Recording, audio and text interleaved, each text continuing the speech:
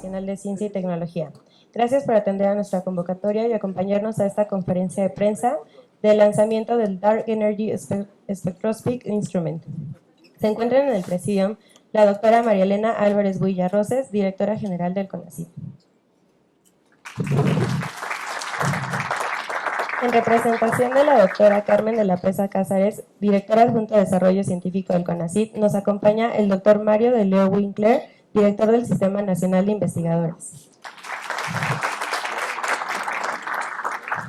El doctor Octavio Valenzuela Tijerino, investigador titular del Instituto de Astronomía de la UNAM.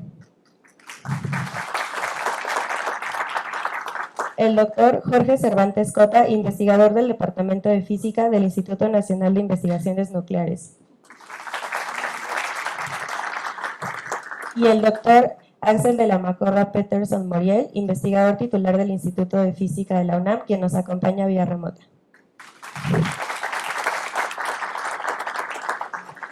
Para dar inicio a esta rueda de prensa, veremos un breve video relativo al tema que hoy nos atañe.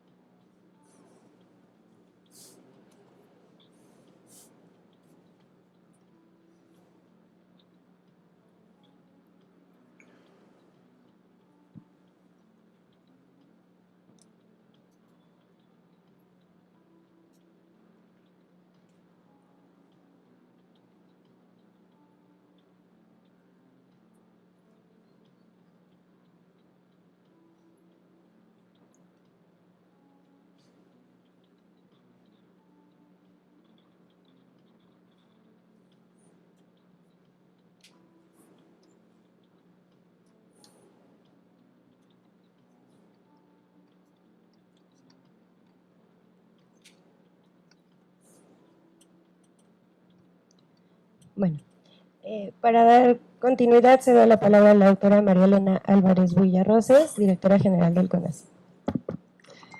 Muy buenos días a todas y a todos. Agradezco la presencia de los medios de comunicación.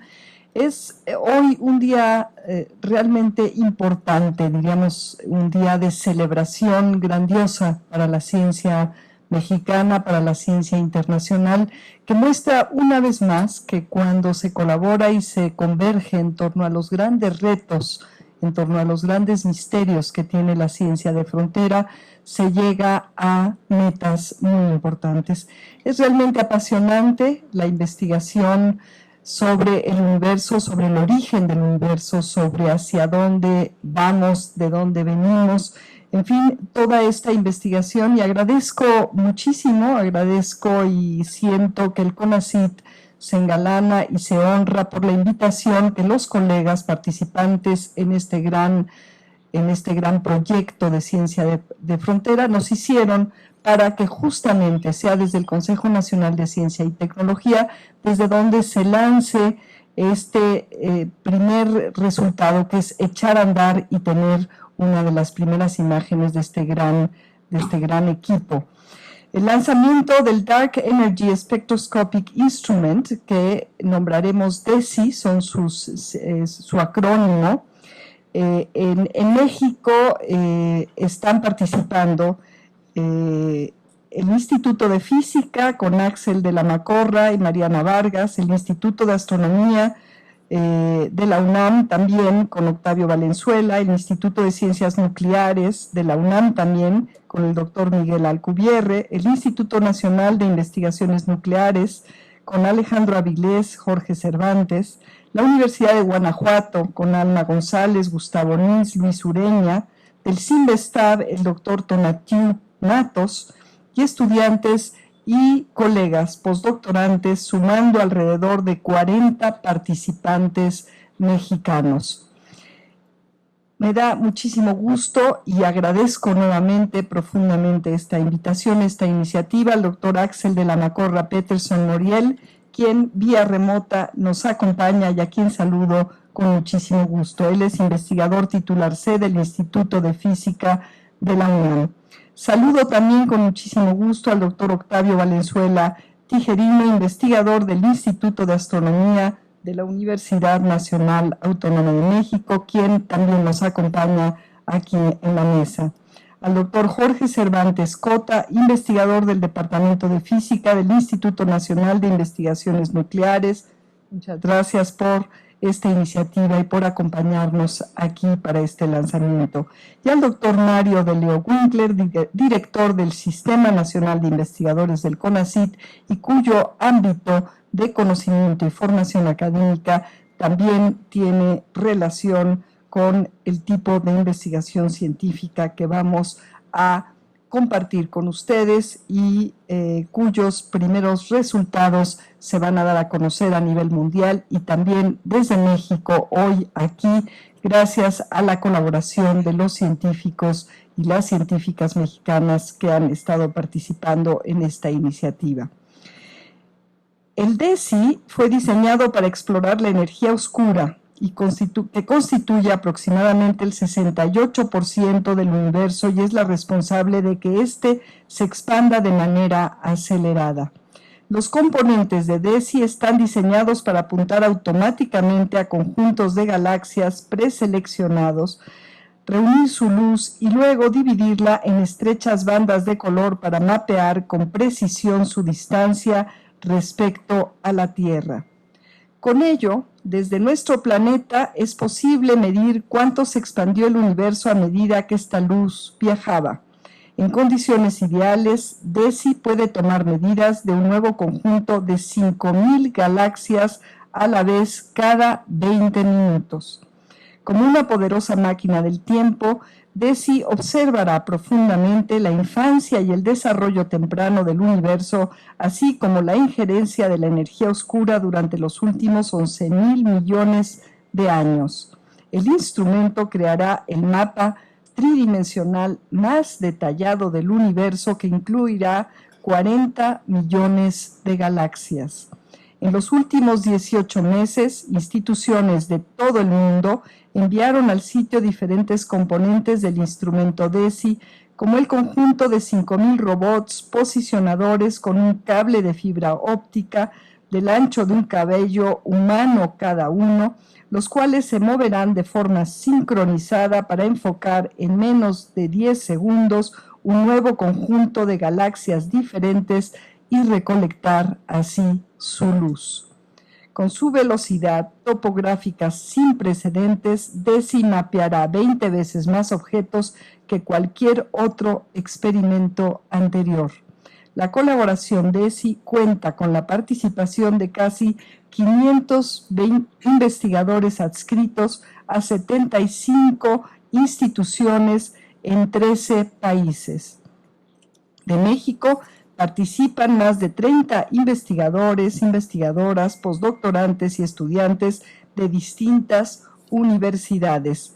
Algunos de los aspectos que se están trabajando directamente por las y los colaboradores mexicanos incluyen análisis teóricos de modelos de energía oscura y gravedad modificada, análisis de las simulaciones y de datos, métodos estadísticos para la comprensión de los resultados, análisis y tratamiento de los espectros de cuásares y múltiples aspectos teóricos que se necesitan para establecer el puente entre las mediciones y la teoría. En 2015, CONACYT apoyó el proyecto con 19.968.000 pesos a través del Fondo de Cooperación Internacional en Ciencia y Tecnología. Y sin duda alguna, como lo hemos enfatizado ya varias veces, CONACYT, esta nueva administración de CONACYT, del nuevo régimen político del país, está más que nunca comprometido con la investigación y la ciencia de frontera. Y por supuesto, este tipo de iniciativas se seguirán apoyando. Estamos siendo testigos del banderazo de salida del Dark Energy Spectroscopic Instrument, del DESI. DESI, como decía, comenzó a tomar datos el pasado 22 de octubre. Ese día realizó su primera observación en dirección a la galaxia M33. Esta que voy a mostrar ahora es la primera imagen producto de esa observación. Hay que decir que no es solo una imagen de la galaxia M33, sino el registro de su espectro de luz. Este es el primero de los más de 35 millones de espectros que tomará DESI, con los que se hará un mapa del universo con una precisión sin precedentes. Con esto, los investigadores, las investigadoras podrán estudiar la historia de la expansión del universo y posiblemente determinar la naturaleza de la energía oscura. Con ello, quisiera yo, ante todo, felicitar a todas y todos los colegas mexicanos involucrados en esta gran aventura de la ciencia de frontera, en este gran ejemplo de colaboración para seguir desentrañando los grandes misterios del universo. Y con ello quiero cederles la palabra para que nos expliquen con más detalle, con mayor precisión, de qué se trata toda esta aventura. Muchísimas gracias y muchas felicidades.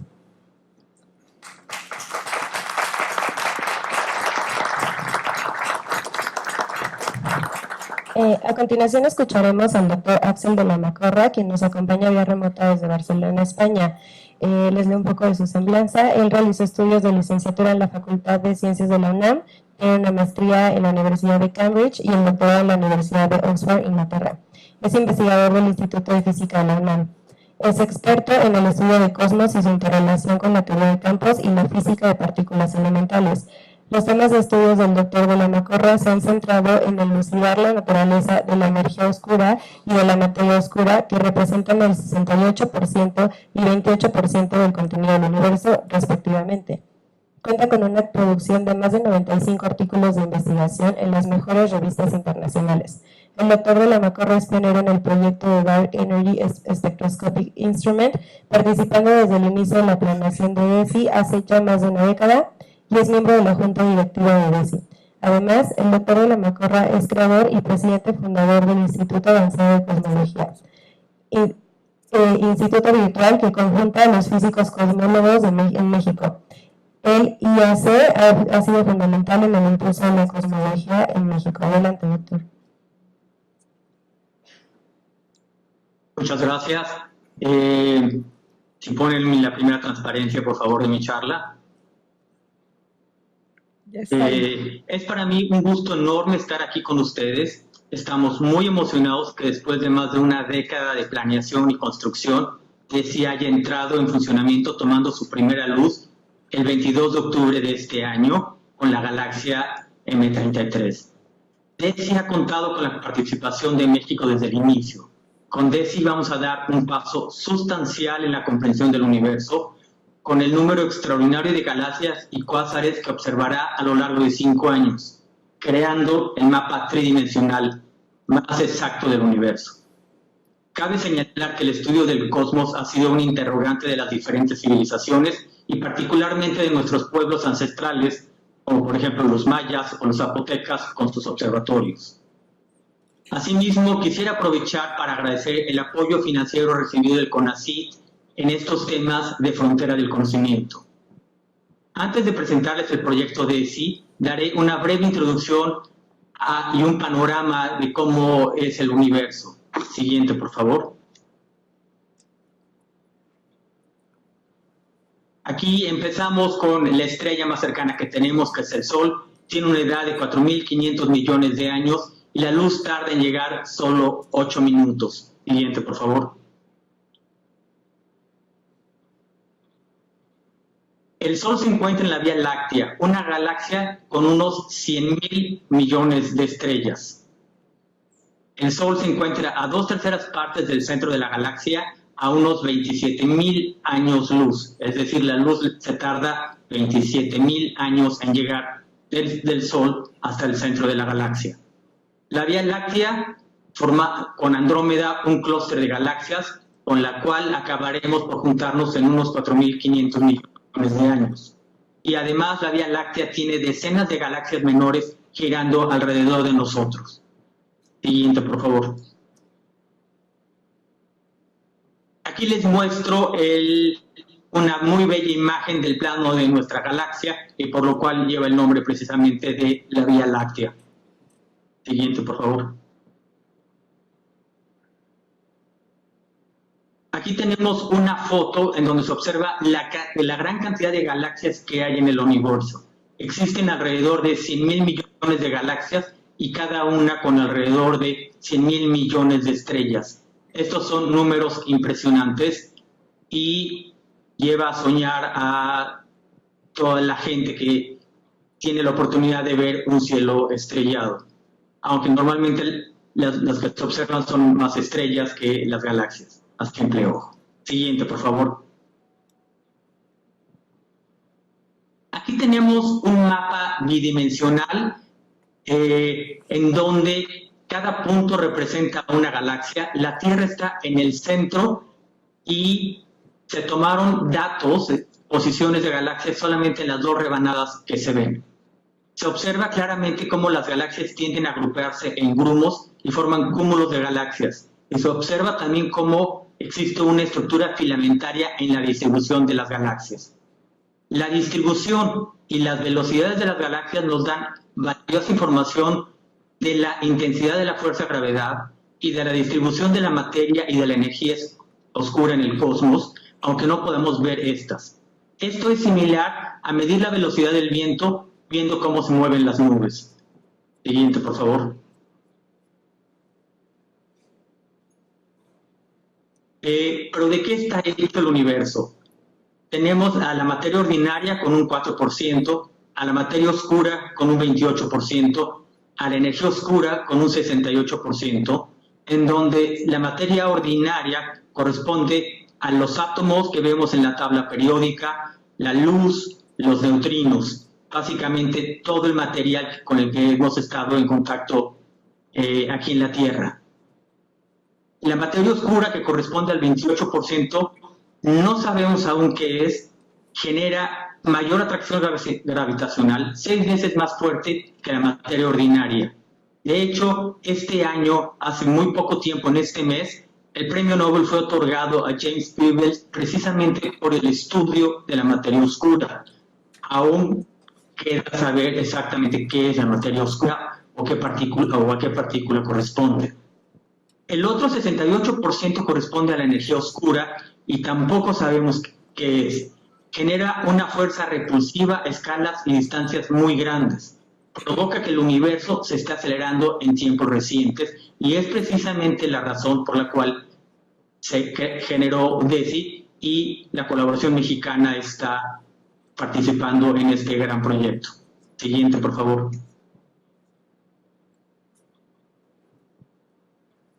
Como les decía, una de las metas principales de DESI es precisamente determinar las propiedades y la naturaleza de la energía oscura y de la materia oscura. La visión de las 5.000 fibras ópticas cubren un área de 38 lunas llenas. Eso es el área de 38 lunas llenas es lo que ve el telescopio en cada momento. Y observará este telescopio con sus 5.000 fibras ópticas, 5.000 galaxias cada 20 minutos, a lo largo de 5 años, dando un total de 35 millones de galaxias y 2.4 millones de cuásares. Producirá el mapa tridimensional más grande del universo, observará la luz que viene viajando más de 11.000 millones de años determinará la tasa de crecimiento del universo a una enorme precisión, determinará el crecimiento de la estructura, es decir, de las galaxias y cúmulos de galaxias, y la velocidad de estas, determinará, por lo tanto, la dinámica de la energía oscura y propiedades importantes de la energía oscura, y ayudará a descifrar la naturaleza tanto de la energía oscura como de la materia oscura. Siguiente, por favor. Con este gráfica les quiero demostrar la importancia que ha tenido la física y la cosmología y gravitación en los últimos años, y he obtenido 4 premios Nobel. El premio Nobel en física en el 2006 fue otorgado a George Smoot y John Matter por la medición con el satélite COBE en las semillas primordiales de la radiación de fondo cósmica, que dan origen a la formación de estrellas y galaxias. Aquí quisiera hacer un paréntesis. Durante muchos años, el Instituto Avanzado de Cosmología, del que se habló hace un momento, organizaba un congreso internacional Cosmología en la Playa en conjunto con George Smoot y el centro de Berkeley, que él era director en San Francisco. Actualmente George se encuentra viviendo en Asia y por lo tanto los Cosmologías en la Playa o Cosmology on the Beach ya no lo organizamos en conjunto con Berkeley. El segundo premio Nobel fue otorgado en el 2011 a los investigadores Saul Perlmutter, a Brian Schmidt y a Adam Riess por la medición de la aceleración actual del universo, que es generada precisamente por la energía oscura. Ellos estudiaron supernovas, que son estrellas tipo 1A, que son estrellas que explotan, y con esas supernovas lograron hacer una relación de distancia contra velocidad y encontraron precisamente que el universo se está acelerando a tiempos tardíos y ha dado origen a una revolución en la física y la cosmología, porque no es fácil comprender cómo se logra generar esta aceleración si la gravedad siempre es atractiva. En este año, en octubre, le dieron el premio Nobel a James Peebles por el estudio de la materia oscura y a Michel Mayor y a Didier Queloz por la detección de exoplanetas. Y en el 2017 le dieron el premio Nobel a las ondas gravitacionales predichas por la relatividad general de Einstein y medidas 100 años después de la formulación de la relatividad general. Estas ondas gravitacionales traen información muy precisa de distancias muy lejos, y muchas de ellas son formadas en la explosión de hoyos negros, y hace poco tiempo hubo una gran salida a medio sobre la sombra de un hoyo negro, el Event Horizon, precisamente en el CONOCYT. Y podríamos decir que podría haber 2 premios Nobel más en cosmología para quien descubre cuál es la naturaleza de la energía oscura o la naturaleza de la materia oscura, y DESY tratará de resolver estas incógnitas entre muchas otras muy interesantes. Siguiente, por favor. Esta es mi última transparencia. Aquí vamos a ver un video de 500.000 de galaxias y vamos a ir viajando en este universo de galaxias. La toma de datos son totalmente reales. Lo que no es real es la nave que está viajando. Eso se hace con la computadora. Se ve 500.000 de galaxias. En general, el prototipo de las galaxias tiene 100.000 millones de estrellas, y como pueden ver, es impresionante la cantidad de galaxias que hay en el universo, que va más allá de la imaginación que podamos tener nosotros. Se ve claramente también que hay regiones en donde el número de galaxias está más concentrado, precisamente por la fuerza de gravedad, y la forma como están agrupadas estas galaxias y cómo se mueven, una vez más, nos da información muy interesante sobre la energía y la materia oscura. Conjuntando todo esto con los modelos teóricos, podremos extraer la información necesaria para descifrar estas 2 cantidades, energía oscura y materia oscura.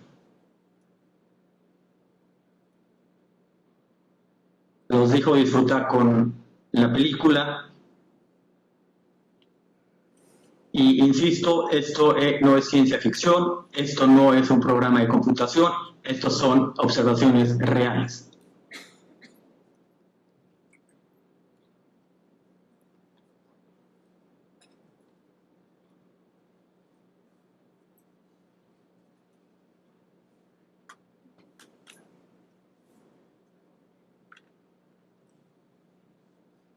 Muchas gracias.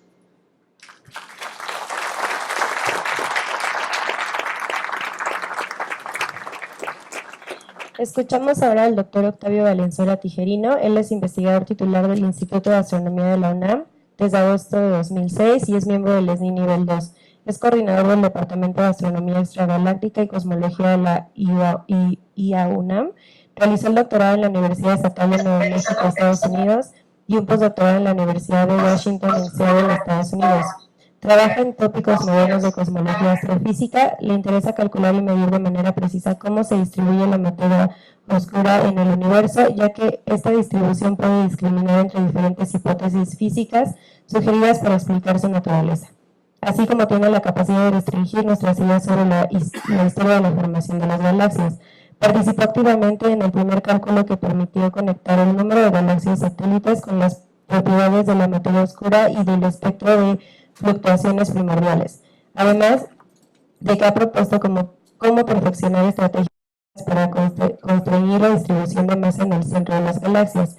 El doctor Valenzuela tiene un gran interés por utilizar las observaciones de sondas del cielo como DESI, SDSS, LSST para restringir la naturaleza de la aceleración cósmica y la masa de los neutrinos a la presencia de nuevas partículas, la necesidad de realizar cálculos suficientemente precisos para interpretar las cada vez más detalladas observaciones, así como el análisis de grandes conjuntos de datos observacionales, le han llevado a proponer estrategias para aplicar cómputo de alto rendimiento y recientemente inteligencia artificial en la investigación astronómica, así como desarrollar infraestructura novedosa de cómputo.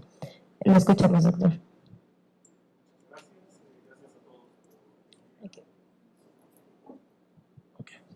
Muchas gracias a todos por asistir a este feliz evento. Quisiera, antes de empezar con mis transparencias, recordar que este 2019 son 90 años de que el astrónomo Edwin Hubble obtuvo el espectro para un puñado de galaxias, algunas cercanas a nosotros, entre ellas M33, y se dio cuenta de que el corrimiento al rojo de las líneas en ese espectro, que ayuda con el efecto Doppler a determinar la velocidad, era proporcional a la distancia e indicaba que la mayor parte de esas galaxias se alejaban de nosotros. Esto confirmaba una predicción de la teoría de la relatividad general realizada unos 10 años antes y indicaba que el universo estaba en expansión. Obviamente hubo todo tipo de pruebas, porque los científicos somos escépticos, y cada una de las alternativas fueron descartadas. Esto estableció que nuestro universo está en expansión. Hace 21 años, alrededor de 1998, dos grupos de científicos se propusieron medir con mucha precisión cómo cambiaba esta velocidad de expansión. Pensaban que se iba a detener debido a la masa y energía del universo. La sorpresa fue que encontraron que se aceleraba.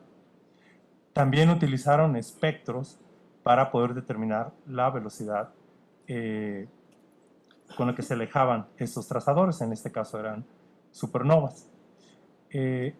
Ahora en el siglo XXI tenemos, nos acaban de mostrar la doctora Huilla, el primer ladrillo de lo que es el siguiente esfuerzo en esta tarea, ¿no? Para poder reconstruir la historia y la distribución tridimensional del universo. La primera transparencia, por favor. Entonces, con ese contexto, el primer producto de DESI son espectros. Aquí tenemos, ya lo vimos anteriormente, pero tenemos la imagen del espectro, son esos colores. Se utilizan estos instrumentos espectrógrafos que aparecen arriba al lado derecho, que separan la luz en sus colores o en sus frecuencias. DESI lo va a hacer con una resolución espectral o su capacidad para separar los colores de 5000, que es alrededor un poco más del doble de lo que los esfuerzos hasta el día de hoy de este tipo lo han podido realizar. Para hacer esto relativamente rápido, porque si tardara muchísimo tiempo se vuelve poco práctico e incosteable, se requería un telescopio con una buena área colectora de luz, por eso se eligió ese telescopio, un gran campo de visión. El campo de visión del telescopio es alrededor de 28 veces el tamaño de la luna llena proyectada en el cielo. DESI tiene 10 espectrógrafos similares al que está allá arriba. La que sigue, por favor. Lo que vemos arriba del lado izquierdo son las regiones del cielo, las que están dentro de los contornos rojos, en donde va a observar DESI. Es una muy buena parte, prácticamente todo el hemisferio norte y una buena parte del hemisferio sur, y va a apuntar a 35, al menos 35 millones de objetos con espectro. Eso es, yo me quedé corto, en realidad es casi 30 o 40 veces que cualquier estudio hasta el día de hoy. Y uno se podía preguntar, ¿por qué es importante que sea 10, 20 o 30? La razón es que el número de objetos va a reducir el ruido o la fidelidad con la cual podemos hacer el mapa tridimensional del universo.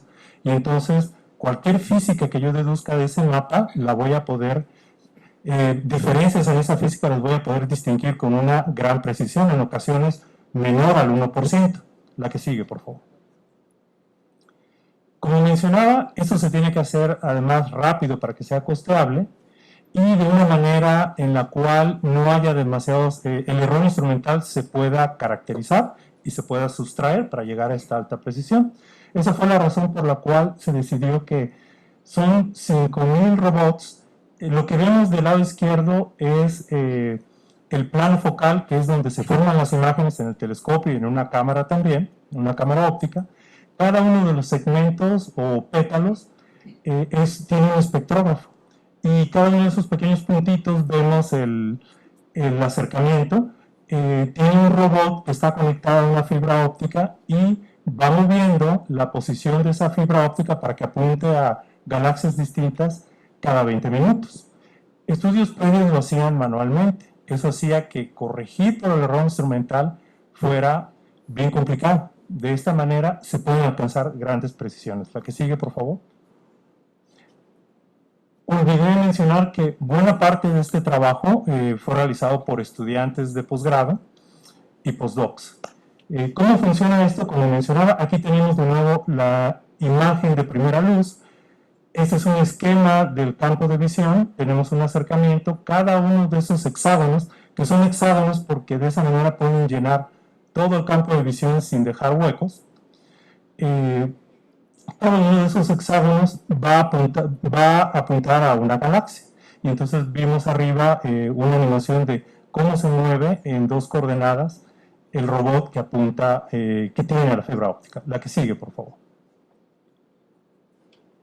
Y también uno se puede preguntar, ¿para qué tanto esfuerzo, tanta precisión?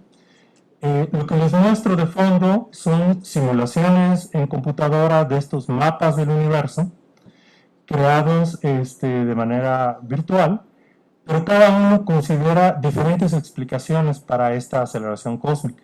Algunos tienen teorías de gravedad diferentes, otros tienen la teoría de la relatividad general, otros tienen la presencia de un nuevo campo escalar, cuya energía sería la responsable, y hay diferentes teorías. En realidad, cada uno se ve igual que su vecino.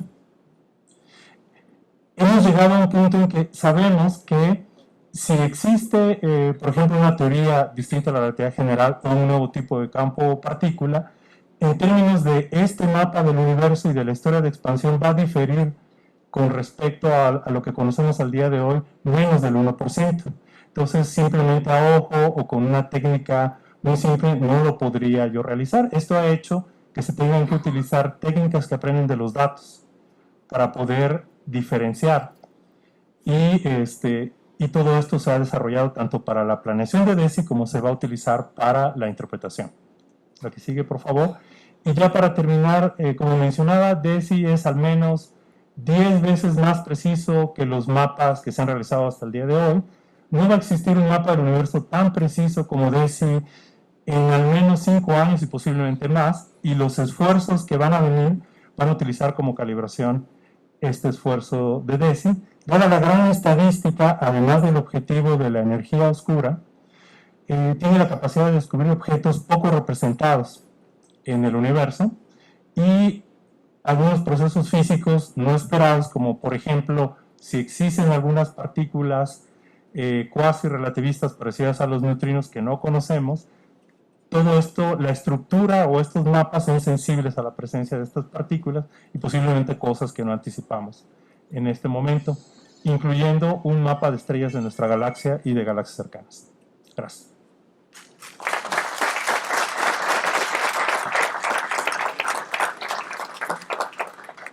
Escuchamos ahora al doctor Jorge Luis Cervantes Cota. Él es investigador del Departamento de Física del Instituto Nacional de Investigaciones Nucleares. Es especialista en las áreas de cosmología, astrofísica y gravitación. Es egresado de la UAM con estudios doctorales en la Universidad de Constanz, Alemania. También ha realizado estancias sabáticas y de investigación en la Universidad de Sussex, Inglaterra, y en el Instituto de Astrofísica de Potsdam, Alemania, y en el Lawrence Berkeley National Laboratory de la Universidad de California. Es investigador nivel 3 del Sistema Nacional de Investigadores y exdirector del Instituto Avanzado de Cosmología. Cabe mencionar que es colaborador del Premio Nobel de Física 2006, profesor George Smoot, quien también ayudó a México a entrar al proyecto DESI. Adelante, doctor. Buenos días, gracias. Gracias por su presencia. Como comentaban los colegas, hoy es un día súper importante para nosotros. El primer espectro de una galaxia, de los alrededor de mínimo 30 millones de galaxias y cuasares, más de 2 millones de cuasares que se van a medir, va a ser la observación más importante que haga el humano sobre la distribución de materia en el cosmos. Y este proyecto va a durar 5 años, a lo largo de lo cual estaremos publicando artículos en grupos o toda la colaboración sobre estos resultados. Hemos estado trabajando en la ciencia de DESI, en particular en México, también con los colegas del mundo, y les voy a presentar algunas de las ideas más importantes de esta ciencia. Son cosas técnicas, pero vamos a intentar hacerlo sencillo. Vean, en el origen del universo, todos sabemos, hubo un Big Bang. Bueno, ese Big Bang generó una luz que se llama radiación cósmica de fondo, descubierta en 1965, que también ganó un premio Nobel. En el panel de la izquierda tenemos el mapa de esa luz del universo, donde las manchitas son diferentes valores de la temperatura de esa radiación cósmica de fondo. Sin embargo, son valores muy finamente cercanos el uno al otro. Las diferencias entre la temperatura en una región del espacio y en otra es alrededor de 1 parte en 100.000. Esas pequeñas diferencias hablan de que la materia también estaba distribuida de manera diferente. Y esa manera diferente de estar, esas pequeñas anisotropías e inhomogeneidades tan chiquitas, fueron las que al evolucionar a lo largo de 13.800 millones de años del universo, son las que van a formar estrellas, galaxias, cúmulos de galaxias y toda la gran estructura que los telescopios han estado estudiando, y DESI en particular va a ser el más fino en precisión y más interesante porque vamos a medir galaxias no conocidas que están hasta el fondo al principio del universo. En el mapa de la derecha es ese mapa. Bien, sucede que el universo tiene una regla cósmica, y esa regla cósmica no es una regla como la de la primaria, pero sí es un estándar. Es un tamaño que mide 150 megaparsecs. Y ese lo podemos entender por la estructura de causalidad que tiene la luz en el mapa de la izquierda. Esa regla, que es el tamaño del horizonte, genera finalmente una regla, algo que se puede medir en el cosmos. DESI va fundamentalmente a medir esa regla con galaxias. Cada 150 megaparsecs debemos de encontrar un poquito más galaxias, cada 150 megaparsecs más galaxias, y así es un patrón. Y medir ese patrón es lo que va a hacer DESI, y va a ser la técnica que vamos a emplear. Entonces, este es un dibujo de cómo serían esos patrones, unos círculos donde cada 150 megaparsecs de radio, 150 megaparsecs, vamos a encontrar que hay un poquito más galaxias, y en el medio pues un poquito menos. Y esa medición de precisión nos va a llevar a comprobar teorías, porque una teoría del cosmos, que es basada en teoría de relatividad general, más materia oscura y más energía oscura, cada teoría, si tenemos una teoría diferente a relatividad general, y que no tengamos energía oscura, por ejemplo, genera un patrón diferente. Y justamente Deci va a decir si se trata de relatividad general de Einstein o no se trata de relatividad general de Einstein. Entonces vamos a entrar a comprobar teorías físicas. Y esos círculos, esos baos, van creciendo en el tiempo. Y podemos medir la distancia a esas estructuras. ¿Cuál es la distancia de la Tierra a esas estructuras? No solo la estructura misma, sino la distancia a ella. Ahora, hay que recordar que en astronomía, cuando uno observa el cosmos, está observando el pasado. Ya lo mencionaba el doctor Axel Almacorra, para observar el Sol necesitamos 8 minutos para que la luz que salga de ahí nos llegue a nosotros. Tarda 8 minutos en llegar. Para ver el centro de la galaxia se necesita mucho más tiempo. Para ver esas galaxias que queremos ver, están a distancias de miles de millones de años. Pero esa luz ya salió y ya está acá. Y la podemos medir con Deci. Eso es lo importante. Bueno, podemos medir esa distancia. Y justamente, vean, este es el ejemplo de otro espectro, no medido por Deci. Estas son predicciones que hemos estado trabajando en ellas. El eje vertical es la tasa de expansión del universo. Y el eje horizontal es lo que se llama en astronomía el corrimiento al rojo, que es un término técnico, pero lo pueden ver como que a medida que crece Z, el corrimiento al rojo, vamos más al origen del universo, ¿sí? Vamos más al pasado. Y lo que va a hacer Deci con las galaxias rojas luminosas, que son las cercanas, va a medir justamente el universo cercano. Vamos a medir cómo es esa tasa de expansión que Hubble descubrió que se está expandiendo el universo. Con las siguientes, las galaxias de líneas de emisión, son espectros que podemos distinguir muy bien el oxígeno, las estrellas estas tienen oxígeno, o el medio interestelar emite y nos llega a nosotros y podemos medir ese espectro. Y con eso, comparado con un espectro de oxígeno aquí en la Tierra, podemos comparar esos dos espectros. La diferencia entre ellos nos da esa variable Z. Y esa variable Z está relacionada con la distancia a la que se encuentra el objeto, a través de teoría. Y esa distancia cambia si hay más materia oscura, si hay menos materia oscura, si hay energía oscura, o si no hay energía oscura y tenemos otro elemento que es diferente a la energía oscura, que puede ser curvatura del espacio. Todo eso lo vamos a averiguar con Deci. También vamos a observar cuasares que ya están a distancias de Z igual a 2, más en el pasado todavía, con las incertidumbres predichas que están ahí. Y vamos a observar mapas que se llaman Lyman alfa, que son luz de cuasares que viene desde muy lejos, pero que se encuentran nubes de hidrógeno neutro en el camino. Y esa luz es absorbida por las nubes de hidrógeno neutro y finalmente llega a nosotros. Y justamente esa es la medida que nos va a servir para explorar más, de manera más recóndita el universo, más en el pasado. Para llegar a formar finalmente un mapa de la razón de expansión del universo desde Z igual a 3.5 o 11.000 millones de años de historia de expansión del universo en capas. Lo vamos a hacer en capas, entonces vamos a tener esa historia de cómo se ha ido expandiendo el universo. Por tanto, vamos a saber si la energía oscura está cambiando en el tiempo o si incluso no hay energía oscura y es otro mecanismo que habría que estudiar como una teoría de gravitación diferente. Y bueno, donde dice expansión acelerada en la gráfica, es justamente ese cambio hacia arriba en la curva, nos está hablando que ese es el descubrimiento de la expansión acelerada, ahora medida aquí no con supernovas, como lo había mencionado el profesor Axel de la Matorra, sino con galaxias. Y eso ya se ha medido, sin embargo, Deci lo va a medir con esta precisión, que es mucho mayor.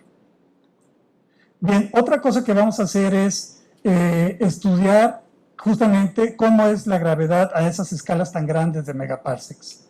Las galaxias están en expansión en el universo, separándose unas de otras, pero localmente galaxias vecinas se atraen por la fuerza gravitacional. Esa fuerza gravitacional la vamos a probar a través de lo que se llama la función de correlación, que es proporcional a la probabilidad de encontrar una galaxia a una distancia arbitraria, dada que ya existe una ahí, a una distancia arbitraria, ¿cuál es la probabilidad? Se hacen esos mapas de probabilidad, se observan, se hacen simulaciones como las que mencionaba Octavio y se comparan resultados. Y el resultado es que esos mapas de probabilidad son esos círculos negros y se aplanan un poco, más o menos, dependiendo de qué fuerza gravitacional esté atrayendo localmente a las galaxias. Y eso a distancias de megaparsecs, decenas de megaparsecs. Entonces, esos mapas precisos los vamos a estudiar. Dentro de los cúmulos de galaxias están estos que se llaman dedos de Dios, ese como curvita hacia arriba que está ahí, se le llama dedos de Dios por los astrónomos, ya mide como la estructura local de un cúmulo de galaxias. También ese tipo de mediciones se pueden hacer. Bueno, finalmente, para resumir lo que va a hacer DESI, a través de distancias y corrimiento al rojo vamos a medir esa escala cósmica BAO, que tiene un tamaño de 150 megaparsecs, y nos va a dar mucha información sobre la energía oscura y materia oscura. También el parámetro de Hubble, 11.000 millones de historia del parámetro de Hubble, cómo se ha venido expandiendo. La determinación del factor de crecimiento de esta debido a la fuerza gravitacional. Vamos a medir las condiciones iniciales de las cuales partió el universo para poder ir formando la estructura a través de lo que se llama el índice espectral y la suma de las masas de los neutrinos. Los neutrinos es una partícula elemental que está aquí por todos lados, pero no interacciona con la materia conocida, que solo, como se mencionó, somos el 4%. Montañas, planetas, todo lo que vemos y sabemos representa el 4% de lo que hay en el universo. El otro 96% son cosas que no conocemos y que las vamos a estudiar. Lo que sí es conocido son los neutrinos, pero tienen una masa tan pequeña y como no interaccionan casi con nada, no se puede medir esa masa. Pero en el universo están y pesan, tienen un peso, tienen una fuerza gravitacional y esa se va a medir con una resolución de 0.017 electronvolts.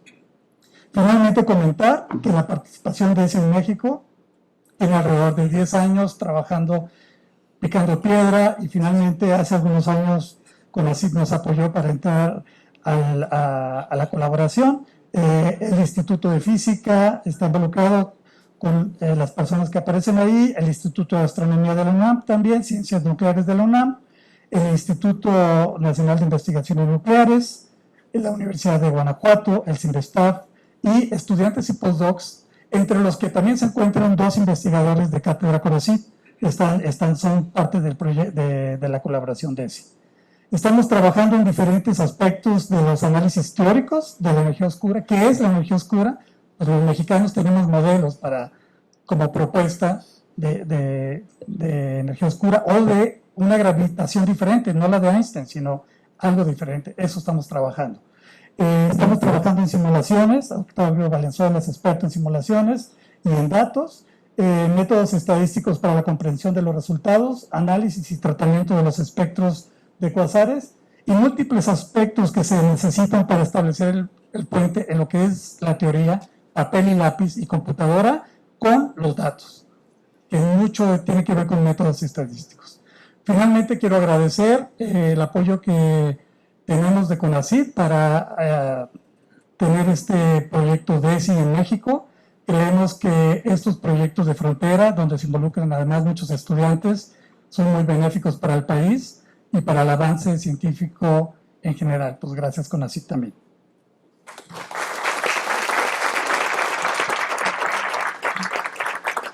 Finalmente escucharemos al doctor Mario de Leo Winkler, director del Sistema Nacional de Investigadores. Muchas gracias, buenos días a todos. Reciban un cordial saludo de la doctora María del Carmen de la Pesa Casares, que es la directora adjunta de Desarrollo Científico, que no pudo estar aquí hoy por cuestiones de agenda, pero que justamente es la dirección adjunta que lleva este proyecto. ¿Qué más me queda decir después de tan brillantes exposiciones y tan claras por parte de los académicos que forman parte de este proyecto? Pero sí tengo unas palabras que quisiera compartir con ustedes. dos equipos independientes, el de liderado por Sol Perlmutter y el de Adam Riess, que presentaron en 1998 el sorprendente resultado que evidenció la expansión cada vez más rápido del universo, se hizo al observar distantes supernovas, gigantescas explosiones masivas de estrellas moribundas. Y cambió justamente este resultado por completo los paradigmas de la física, de la astronomía y de la cosmología. Dicho descubrimiento reivindicó a Einstein y prácticamente de la noche a la mañana el descubrimiento nos informó que el 68% del universo no lo conocemos, ¿no? Y si le añadimos a eso lo que es la materia oscura, pues el 95-96% del universo no lo conocemos.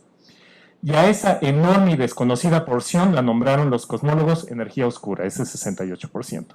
Los resultados de Perlmutter y de Riess pues fueron merecidamente reconocidos, como ya mencionó el doctor Valenzuela, con el Premio Nobel de Física en 2011. La energía oscura, cuyo comportamiento y composición seguimos desconociendo, acelera cada vez más la expansión del universo. Y esto terminará con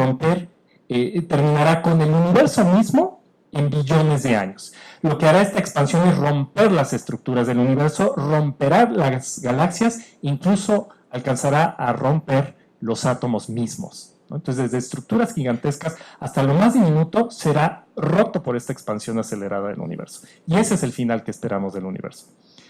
Fundamental es la pregunta que busca encontrar qué compone 2/3 del universo.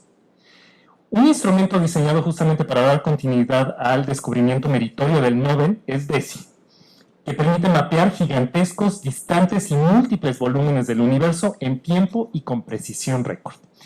Gracias a una propuesta interdisciplinaria e interinstitucional dotada con cerca de 20 millones de pesos por parte del CONACYT y liderada en México por los doctores que ya escuchamos hablar el día de hoy. El país contribuyó y además tiene acceso a la ciencia y los resultados que DESI dará sobre la misteriosa naturaleza de la energía oscura en los próximos años. El desarrollo científico en México, de la mano de las colaboraciones que permiten trabajar en conjunto, en este caso con otras 75 instituciones de 13 diferentes países, muestra cómo tenemos la capacidad de ser partícipes en los proyectos que empujan la frontera del conocimiento. El telescopio estadounidense Mayal, que es justamente sobre el cual estará montado este instrumento DESI, se utilizó por primera vez en 1973 y 46 años después tiene nueva vida al ser pionero en la búsqueda de la distribución y composición de la energía oscura.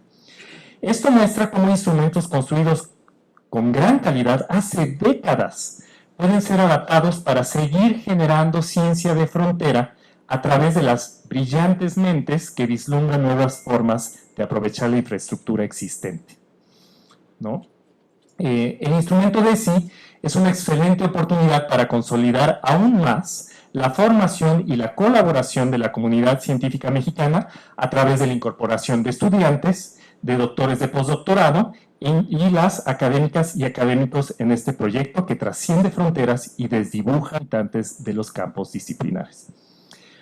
Uno de los pilares del nuevo CONACYT es el acceso universal al conocimiento.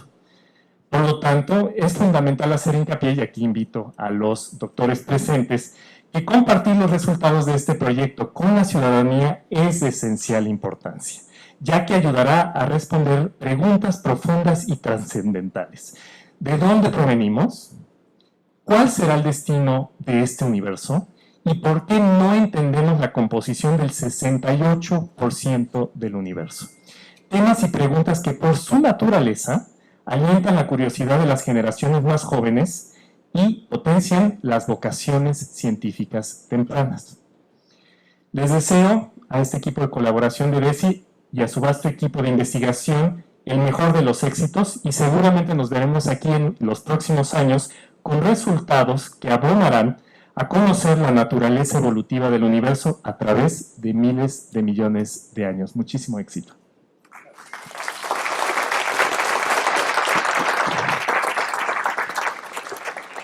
Muchas gracias a nuestro presidente por sus intervenciones. Si hubiera alguna pregunta de los medios que nos acompañan respecto al lanzamiento del DESI, les pedimos levantar su mano, mencionar su nombre y el medio que representan.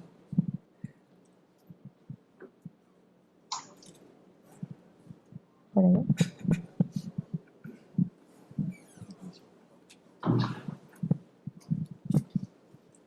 Gracias, buen día. José Luis Ayala, Televisión Educativa. Preguntarle si, y perdón si sueno poco conocedor del tema, si me preguntara a mí un niño, alguna persona normal y común y corriente, ¿qué ventajas obtiene el ser humano al conocer esto? ¿Qué podría yo contestarle en torno a los resultados que se están teniendo con esto? Es decir, ¿qué le podemos decir a la ciudadanía en torno a qué se está ganando con este conocimiento? Y mi segunda pregunta y última sería, están vinculando estudiantes también en el proyecto. ¿Qué tan importante es vincular al estudiante en proyectos tan grandes con especialistas ya avanzados? ¿Qué tan importante es vincularlos desde la parte académica para generar resultados con esto? Gracias. Sí, ¿Tú?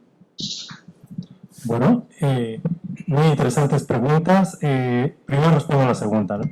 Es muy importante porque rápidamente desarrollan habilidades, tiene impacto el trabajo que hacen los estudiantes, los jóvenes. Mucho de este trabajo lo hacen gente muy joven, ¿no? Desde estudiantes, postdocs, en este caso de México catedráticos. Entonces, es crítico, ¿no?, que alguien desde el inicio de su carrera pueda aprender de gente del otro lado del mundo y traer nuevo conocimiento y enriquecer también otros lugares. Ahora, respecto a la primera pregunta, yo haría el símil como, por ejemplo, un refrigerador. Ahora para nosotros es trivial, los tenemos todos en casa, un refrigerador. Sin embargo, en algún momento se tuvieron que averiguar cómo funciona el calor, la energía, la termodinámica, y después ya fue trivial, ¿no?, hacer ese tipo de sistemas. Eso se puede extrapolar a dispositivos más complicados, como por ejemplo estos teléfonos celulares. Si uno entiende las reglas de la naturaleza, uno puede entender mejor la realidad y vivir más acorde a esa realidad e incluso modificarla, ¿no?, para las necesidades más inmediatas, ¿no? Entonces, eso aplica al refrigerador, aplica al teléfono y aplica al universo entero, ¿no? Los electrones, a principios del siglo XX, los rayos catódicos, nadie sabía para qué servían, y posteriormente la electrónica estaba prácticamente en todo, ¿no? Entonces yo creo que vamos a seguir teniendo muchísimas sorpresas respecto a cada pedazo de información que aprendemos de cómo funciona nuestro universo, y definitivamente va a tener aplicaciones. Si me permiten abonar a esa. Yo quisiera agregar. Adelante, doctor de la Macorra. Gracias. Yo quisiera agregar un par de comentarios o anécdotas con respecto a la practicidad de la ciencia. Realmente, si uno quisiera realmente nada más resolver los problemas que tiene enfrente, acabaría avanzando muy poco. Y es precisamente en esta amplitud del conocimiento que uno descubre cosas de manera inesperada, y los grandes saltos en el conocimiento humano y en el beneficio humano ha sido gracias a esta interrelación científica. Hay una anécdota muy interesante en el siglo antepasado, en los años 1800, Thomson en Inglaterra estaba haciendo las primeras investigaciones sobre la electricidad, y la reina Victoria fue a verlo y le preguntó que para qué servía la electricidad, por qué tenía ella que pagar dinero para que alguien investigara los fenómenos del electromagnetismo. Y Thomson le contestó: yo no lo sé ahora, pero seguro le van a acabar pagando impuestos a usted en un futuro cercano. Hoy no nos podemos imaginar la vida sin la electricidad. Y no hubiera habido pioneros de la física fundamental, no tendríamos electricidad, y claramente nuestro mundo depende 100% de ella. Otra anécdota es la medición del tiempo. Hay teóricos que averiguan la medición del tiempo a 10, 15, 20 cifras del segundo en relojes atómicos. ¿Y para qué queremos tanta precisión si el ser humano con un segundo o una décima de segundo es más que suficiente? Bueno, una vez más el ejemplo del celular es importante, porque si ustedes quieren que los satélites los geoposicionen en una calle y no a 5 kilómetros de distancia, necesitan precisamente tener relojes hiperprecisos para que los puedan localizar en un cierto punto del planeta Tierra. Por lo mismo, la mayoría de los inventos y de la tecnología más importante a lo largo de la historia se ha debido al entendimiento de las leyes fundamentales de la naturaleza que te permiten manipularla y sacarle un provecho para beneficio de la sociedad. En este caso, con respecto a la astronomía y demás, toda la tecnología que se genera para construir los aparatos, para medir estos espectros, tienen eventualmente también una contribución importante en la sociedad. Entonces, hay que esperar varias décadas para ver exactamente el impacto, pero sin investigación científica básica no avanzaría la sociedad en beneficio de ella misma. Si me permiten, Gracias. Muchas gracias, doctor de la Macorra. Si me permiten abonar, bueno, ya como dijeron, ¿no? La ciencia básica tiene resultados inesperados que nos afectan al día y que nos ha traído beneficios desde lo que tienen ustedes en su celular, la medicina, por ejemplo. La tecnología hecha para tomar estas imágenes justamente acaban ya para detectar cánceres en diferentes instrumentos en hospitales, para detectar yacimientos petroleros debajo de la tierra y para garantizar su seguridad en los vuelos, en los rayos, en las máquinas de rayos X en el aeropuerto, por ejemplo.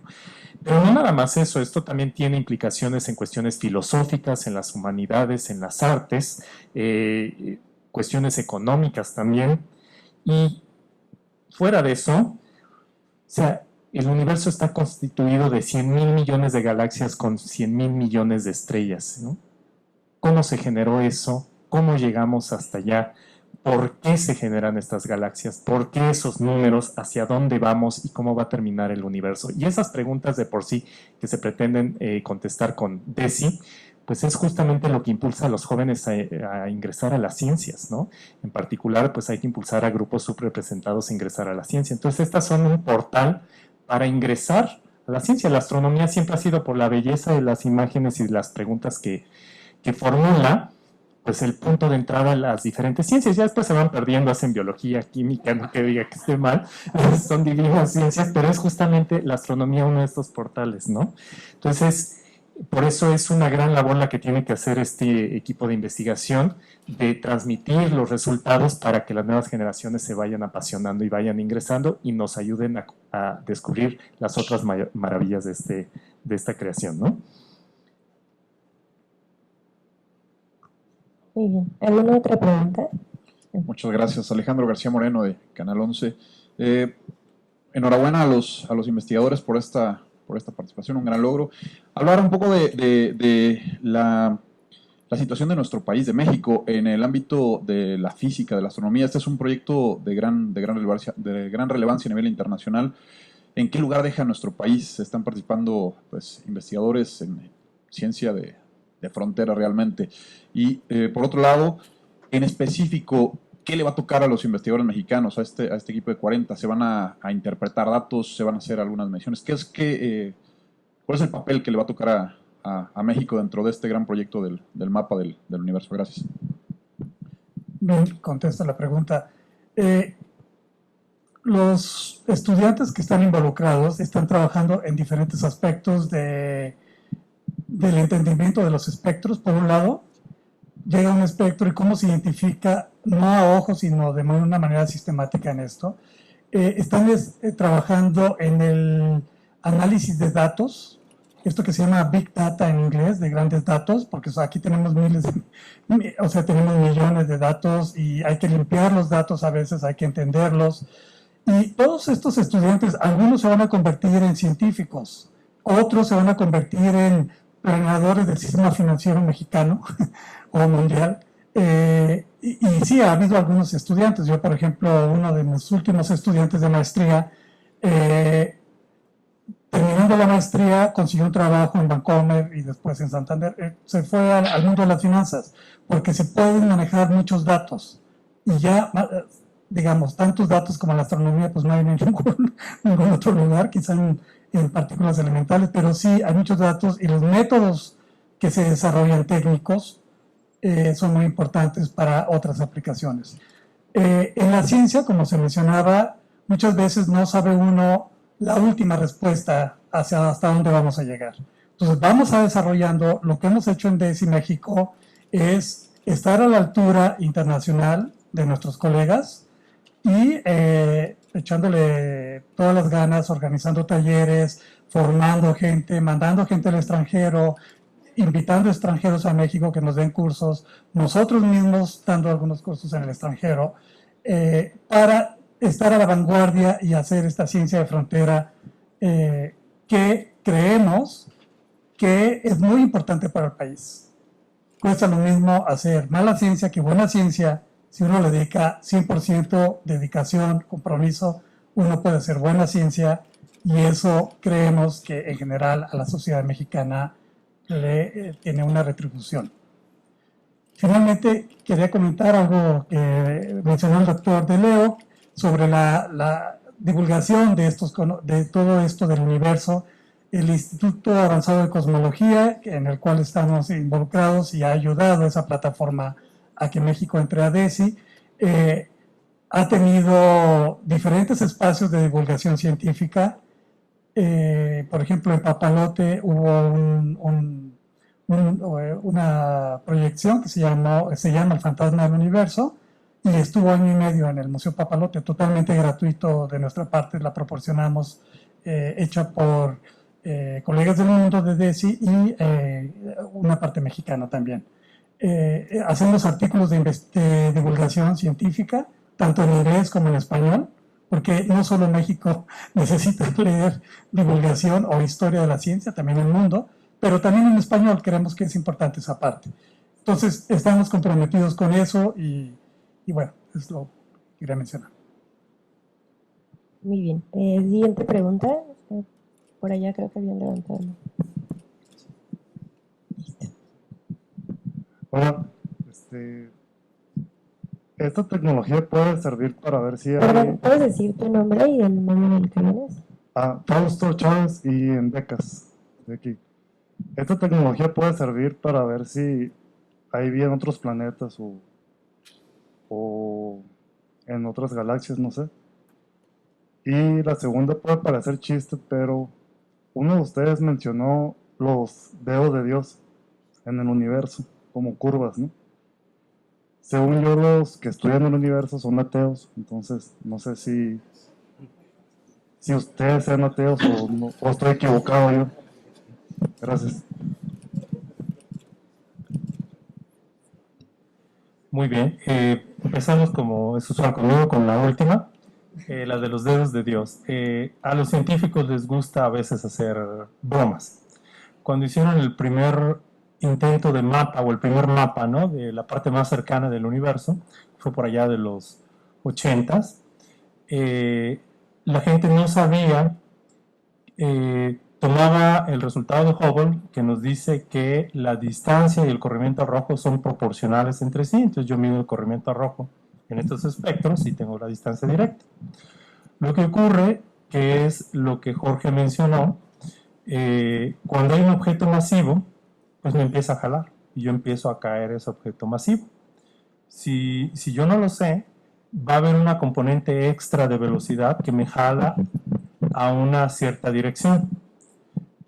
Resulta que si yo estoy viéndolo de lejos, solo voy a ver la componente que se acerca o se aleja hacia mí. Entonces, cuando uno hace estas gráficas, la primera gráfica que hizo la persona que trabajaba en estos catálogos parecía que todas las estructuras estaban apuntando hacia el observador. Entonces, por eso hizo la broma, ¿no? Ahí está Dios apuntándonos, ¿no? Pero era en realidad una broma, es un efecto físico que ahora lo medimos, ¿no? Y nos da la tasa de crecimiento de estas aglomeraciones de la materia que se ve afectada por esta energía oscura, ¿no? Entonces ahora la medimos al mismo tiempo que la distancia a estas galaxias, ¿no? Entonces era en realidad un chiste, es como lo de la partícula de Dios hace muchos años también con el Higgs. Olvidé cuál era tu primera pregunta. Lo de la vida. Ok, que si esto puede servir para no está optimizado para esto, ¿no? En realidad también se usa la gente que busca detectar planetas, luego busca perturbaciones en el movimiento de las estrellas debido a los planetas. Eso también se puede hacer con espectroscopía, pero es una espectroscopía de mucha más alta resolución, enfocados a objetos, digamos, más cercanos. Entonces, si acaso hay gente que trabaja en esos temas y trata de ver si hay una conexión de la química, por ejemplo, de las zonas donde hay esos planetas, en los espectros, aunque no es el propósito de BESI, pues también lo vimos, ¿no? En la imagen, ahí aparecía unos dobletes de nitrógeno, azufre, etcétera. También van a poder decir algo de la química en la parte central de las galaxias, a lo mejor a alguien se le ocurre luego correlacionarlo y decir, ahí no lo puedo ver ahorita porque está muy lejos, pero debe haber planetas, ¿no? Pero eventualmente la gente está construyendo instrumentos cada vez más sensibles y algún día se va a poder hacer esa búsqueda, pero no en este momento. Muy bien. ¿Hay alguna otra pregunta? Bueno, si quieres toco el tema más complicado, que no es de lo que somos expertos, si somos ateos o no. Esa es una pregunta interesante, vaya, ¿eres científico o no eres ateo? No, yo creo que son dos maneras de pensar muy diferentes. Una en la religión, que tiene un conjunto de postulados que hay que seguir y creer. En la ciencia tenemos un conjunto de postulados que estamos intentando comprobar y los estamos cambiando. Pero los que tenemos ahí hasta ahorita en cosmología, tenemos mucha confianza en ellos, creemos en ellos. Pero tenemos mucha confianza porque los hemos dicho, bueno, si esto es válido y esto es válido, tiene que suceder esto por allá en aquella galaxia. Vamos y lo checamos y ahí está. Decimos, esto es válido. Este conjunto de teorías son válidas. En la religión es muy difícil porque entonces ya entra la parte de espiritualidad. La ciencia no mide esa espiritualidad. Entonces, hay científicos que son ateos, hay científicos que tienen esta espiritualidad materializada en alguna religión, quizá, o con cierto grado de agnósticos, digamos, pero con una espiritualidad, una manera sencilla de saber o creer que hay algo más que nos puso todo este Big Bang y todas estas galaxias ahí. Pero de una manera trivial creer en todo que es mágico, eso sí, la mayoría de los científicos no creemos, porque hay maneras de explicar muchos fenómenos que otras personas pueden interpretar como mágico. Entonces, una cosa no está peleada con la otra necesariamente, pero son de índole diferente, diría yo. Bueno, esa es mi posición personal. Por allá tiene una pregunta.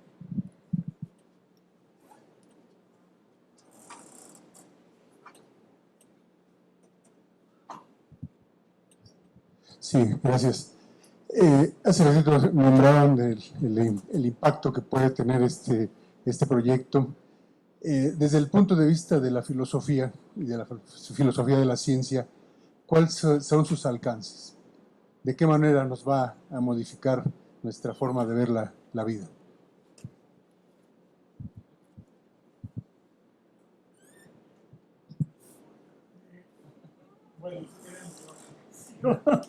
Yo puedo contestar esto. La respuesta es no sabemos. No lo sabemos. Hace rato los colegas ponían ejemplos de alguien que estudia la materia, por ahí tiene electricidad. ¿En qué terminó la electricidad? ¿No? Los alcances pueden ser impresionantes. Pero en el caso de la cosmología, donde tenemos al 60 y tantos por ciento, 68% de energía oscura, 20 y tantos por ciento de materia oscura, y solo conocemos el 5% de lo que es el universo. Pues yo creo que sí puede tener alcances muy fuertes a nivel filosófico, ¿no? Es decir, si descubrimos qué es esto, o cómo opera, si varía en el tiempo, vamos a tener una certeza de qué universo estamos. Y cuál va a ser el futuro del universo, que una de las posibilidades es que efectivamente todo se desconecte de todo, ¿no? Es una de las posibilidades. Ya nos irán diciendo los resultados de DESI si eso avanza en esa dirección. Pero es difícil contestar así de manera concreta una respuesta. La sospecha es que sí, va a tener implicaciones fuertes.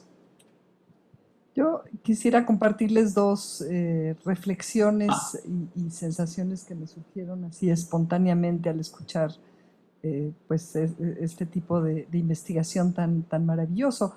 Uno tiene que ver con la humildad del ser humano. Nuestro nivel de conciencia y de raciocinio a veces nos hace pensar que somos el centro del universo y que somos todopoderosos y tenemos una capacidad de control, sobre todo con base en ciencia y tecnología. Y cuando uno escucha estos datos, estas dimensiones de números de galaxias, de distancias, y sobre todo cuando escucha estos datos, por lo menos yo como científica bióloga, ¿no?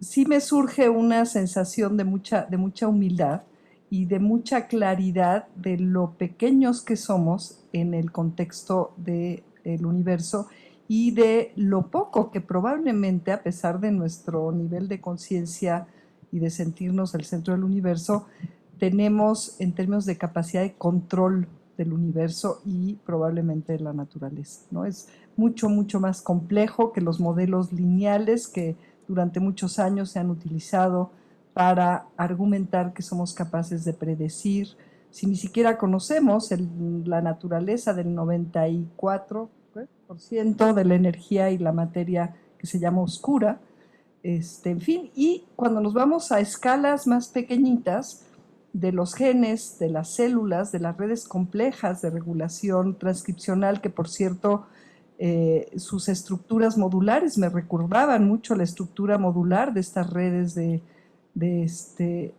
galaxias, ¿no? Pues surgen también preguntas de cómo hay regularidades y que van trascendiendo los niveles de organización, y esto también tiene implicaciones filosóficas muy importantes porque tienen que ver justamente con esta naturaleza altamente no lineal, compleja y por tanto difícil de controlar. Es lo contrario que nos enseñan muchas veces a los científicos en tradiciones más reduccionistas, ¿no? Que podemos descomponer los sistemas que estamos estudiando en sus partes y entender luego cómo se integran estas partes por interacciones muy complejas y esta pretensión de que podemos tecnológicamente manejar todo aquello que podemos descomponer. En fin, son algunas reflexiones sueltas, muy preliminares, pero se las comparto porque a partir de escuchar algunos de estos datos que yo no conocía, pues surgen algunas de estas reflexiones que tienen un cariz eminentemente filosófico, de filosofía de la ciencia y también de epistemología muy profundos. Gracias, doctora. ¿Alguien más quiere preguntar algo? ¿No? Bueno, de ser así, de esta forma damos por concluida esta rueda de prensa. Agradecemos su presencia y la de nuestro distinguido presidio. Les deseamos un excelente día.